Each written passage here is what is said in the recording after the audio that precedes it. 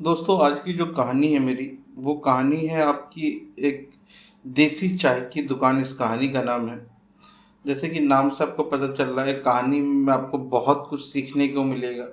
कैसे आपको एक छोटे से बिजनेस को खड़ा करना है, कैसे टेक्नोलॉजी के साथ ऐड करना है, और कैसे जीरो से कंपनी को स्टार्ट किया जाता है, किन किन चैलेंजों का सामना आता है।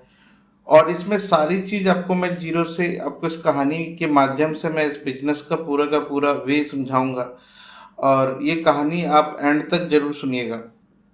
ये कहानी है एक शिवदत्त नाम के व्यक्ति की, जो कि पेशे से किसान होते हैं और ये उत्तर प्रदेश में रहने वाले व्यक्ति होते हैं। और ये व्यक्ति अपनी खेती बाड़ी से अपना गुजारा किया करते थे, मगर एज ए परिस्थिति के अनुसार ये अपना खेती बाड़ी का काम में इनका मार्जिन नहीं रहा, और इस वजह से इनको किसी फैमिली का प्रेशर था इनके ऊपर। इनके बच्चे, इनके माँ बाप, इनका छोटा भाई सब इनके ऊपर डिपेंड थे। तो इसलिए इन्होंने अपने फैमिली के गुजारा के लिए इन्होंने किसान का जो काम था वो छोड़ के शहर की ओर मूव किया, और नौकरी के लिए।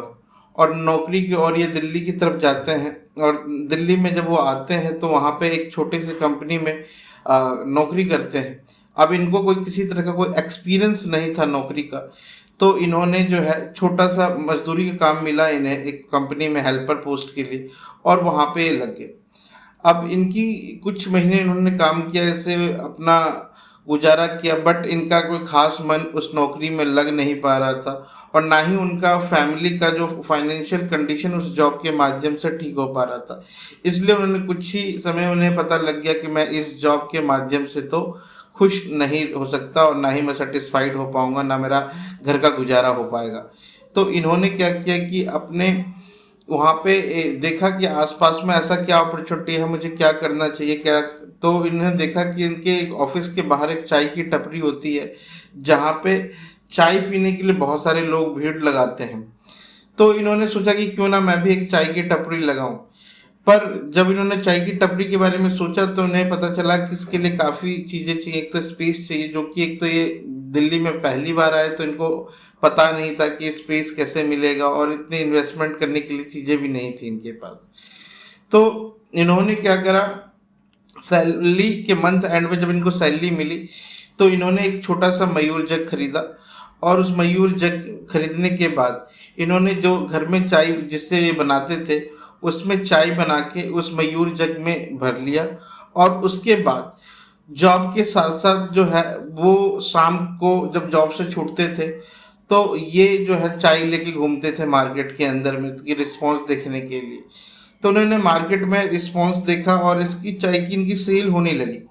कुछ लोग इन्हें जब, क्योंकि ये चाय लेके दुकानों पे जाते थे, लोगों से पूछते थे, और ऐसे जहाँ भीड़ भाड़ इलाका था, जहाँ पे बस स्टैंड और इस तरह की छोटी छोटी जहाँ पे लोग चौक चौराहे जहाँ होता है, जहाँ रिक्शे वाले टोटो वाले खड़े होते हैं, इस तरह के जा जाके वहाँ पे पर्टिकुलर सभी को ये चाय सर्व करते थे, पूछते थे लोगों से। और इस तरह से उन्होंने अपना सफ़र शुरू किया। इसके बाद इन्होंने इसको चाय में ज़्यादा रिस्पॉन्स इनको मिलने लगा, तो इन्होंने क्या करा, जॉब छोड़ करके फिर फुल टाइम इन्होंने अपना चाय का काम करना शुरू कर दिया। अब चाय का काम जब इन्होंने शुरू कर दिया फुल टाइम, तब इन्होंने देखा क्या कि इनको पूरा पूरा दिन चाय के लिए घूमते थे, ये धूप में हर एक दुकान पे जाते थे और मिलते थे, अपनी कस्टमरशिप बनाते थे कि आपको किस टाइम चाय पीना होता है, मैं उस टाइम आपको चाय दूंगा, आप मेरा नंबर ले लीजिए, आपको जब भी चाय पीना, मैं इस एरिया में घूमता रहता हूँ, मुझे आप कॉल कर लीजिए, मैं आपको आ जाऊँगा। इस तरह से उन्होंने बहुत सारे कस्टमर स्ट्रेटजी बनाई, और फिर जो है इन्होंने चाय देना शुरू कर दिया। अब चाय देते देते इन्होंने काफ़ी समय हो गया इनको, और इनका जो फाइनेंशियल कंडीशंस था वो भी थोड़ा सा ठीक हो गया, क्योंकि इनसे इनकी ठीक ठाक कमाई होने लगी। तो अब इससे क्या है कि इनका जो रोजगार था थोड़ा सा ठीक ठाक चलने लगा। इन्होंने अपना पर्सनल रहने के लिए कमरा वमरा लिया, और उसके बाद इन्होंने अपने काम को एक्सपेंड बढ़ाना शुरू करा। अब ये धीरे धीरे पूरे दिन के लिए, पहले तो ये सिर्फ 100 कप, 200 कप, 300 कप बेच पाते थे, पर ये पूरे दिन में अब हजार हजार कप चाय बेच देते थे। अब इनकी आमदनी भी अच्छी लगी, उन्होंने पूरा टाइम भी ज़्यादा देना शुरू करा।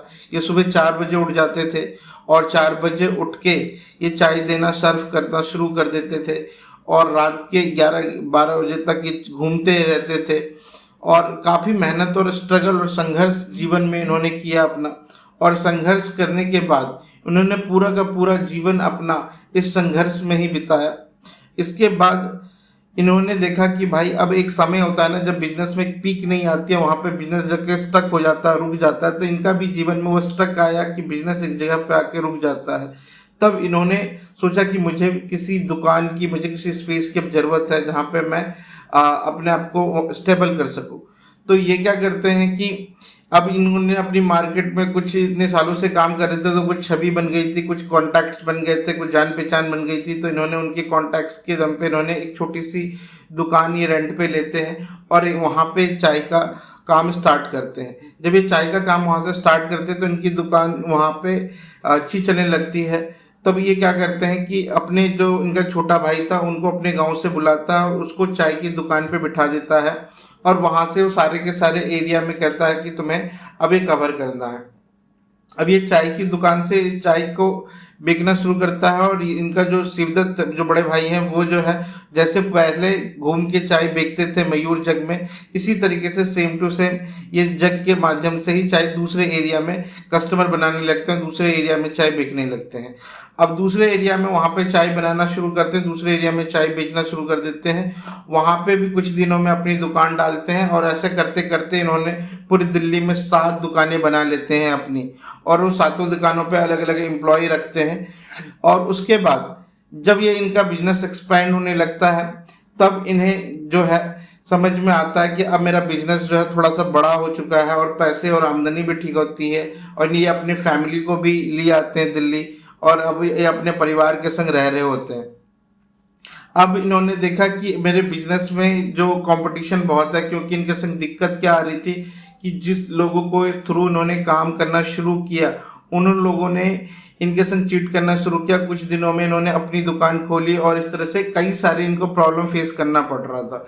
तो क्योंकि काम बहुत छोटा था, कॉपी करना बहुत ही ईजी था, तो इन्होंने सोचा कि इसका तोड़ क्या हो सकता है, किस तरीके से मैं अपने बिजनेस को मोनोपोली क्रिएट करूँगा।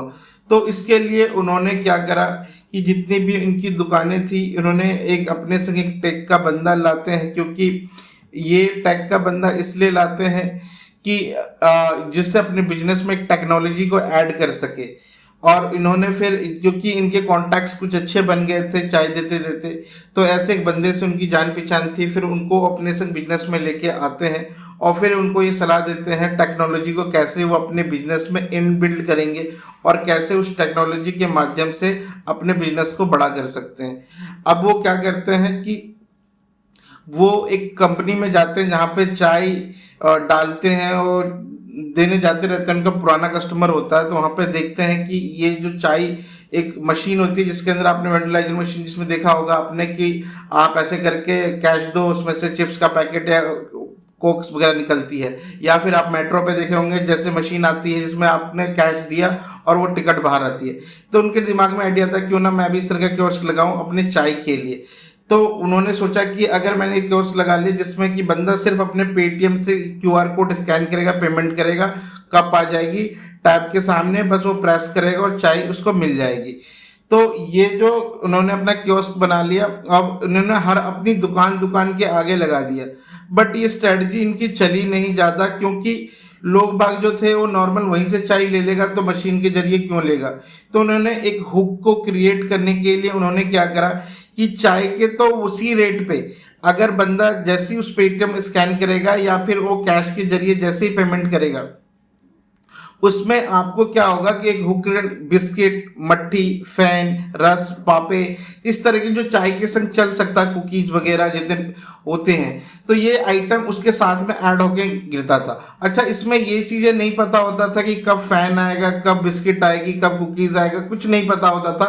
वो एक ऑटोमेटिक सा गिर जाता था, ठीक है, चाय के कप के साथ ही वो भी। तो ये लोगों को हुक क्रिएट करता था कि इस बार मैं चाय पीऊँगा तो अब क्या आएगा। तो ये हुक क्रिएट होने की वजह से बहुत सारे लोग जो है उस कियोस्क के जरिए चाय पीना शुरू करते हैं। अब ये इजी इंस्टॉल करना था, इजी इंस्टॉल था इसको लगाना, तो ये जो है इंस्टॉल करके और ये 24/7 वहाँ पे रख देते थे जहाँ पे भीड़ भाड़ वाला एरिया है, और वहाँ पे जो भीड़ भाड़ वाला एरिया है वहाँ पे छोटा सा प्रमोशंस के लिए छोटा सा स्पीकर भी लगा देते हैं कि किस तरीके से आप जो है यूज करेंगे मशीन को, और धीरे धीरे आवाज में आपको चाय के लिए बुलाता भी रहेगा, ठीक है ना। तो वो सारी चीज़ें भी इसमें फीचर ऐड करते हैं। साथ में इस फीचर इसके अंदर ये भी ऐड करते हैं, जैसे इसके अंदर चाय खत्म हो जाएगी तो नोटिफिकेशन इनके मोबाइल पे आ जाता है, जिससे ये रिफिल कर सके अपने चाय को। तो इस तरह की ये टेक्नोलॉजी थोड़ी सी बढ़ाते हैं। और जितने भी पहले शुरुआत में क्या होता है कि जितने भी इनके चाय के सेंटर थे जो ऑलरेडी 5-7 इन्होंने दिल्ली में खोला था, पहले उन्हीं सेंटरों पे एक कियोस्क को लगाते हैं, और इसको लगाने के बाद जैसे ही देखते हैं कि इनका बिजनेस एक्सपेंड होता है तो फिर ये धीरे धीरे ऐसी ऐसी जगह पे जहाँ जहाँ पे भीड़ है, जहाँ जहाँ पे पब्लिक इकट्ठे होते हैं, उन उन जगहों पे जाके इसको लगाने की शुरू करते हैं। और उसके बाद इनका जो ये बिजनेस मॉडल है वो बहुत ही तेज़ी से एक्सपैंड होता है, और बिजनेस एक्सपैंड होने के बाद ये फिर फंडिंग भी लेते हैं, इन्वेस्टमेंट भी लेते हैं, और उसके अपनी कंपनी को आगे चल के एक यूनिकॉर्न लेवल तक लेके चले जाते हैं। तो ये जो मैंने बिजनेस जर्नी आपको बताई है एक छोटे से इस ब्रांड का नाम, जो मैंने इस कहानी में मैंने जो कुछ भी सुनाया है ये कोई रियल स्टोरी नहीं है, ठीक है दोस्तों। ये जस्ट एक आइडिया बेस्ड स्टोरी मैंने आपको सुनाई है, मैंने अपने बेस पे सुनाई है कि अगर आपके अंदर भी इस तरह की स्टोरी सुन के किसी भी तरह का अगर मोटिवेशन जगता है और आपके अंदर बस बिजनेस के अंदर बिजनेस के प्रति आपको जगाने के लिए इस तरह की मैं कहानी बना के सुनाता हूँ, जिससे कि आपके अंदर भी जिज्ञासा जगे बिजनेस करने की। तो ये जो आज की कहानी है मेरी, ये सिर्फ और सिर्फ आपके अंदर बिजनेस को मोटिवेट करने के लिए मैंने सुनाई है। कैसी लगी आपको ये कहानी, और क्या आपको इसके अंदर कमी लगी वो भी साथ में मुझे बताइएगा, मुझ में क्या कमी लगी वो भी बताइएगा। मैं इस कमी को दूर करने की कोशिश करूँगा, और फिर मिलते हैं किसी नेक्स्ट कहानी के संग नेक्स्ट वीडियो में। आज के लिए आपका बहुत बहुत धन्यवाद।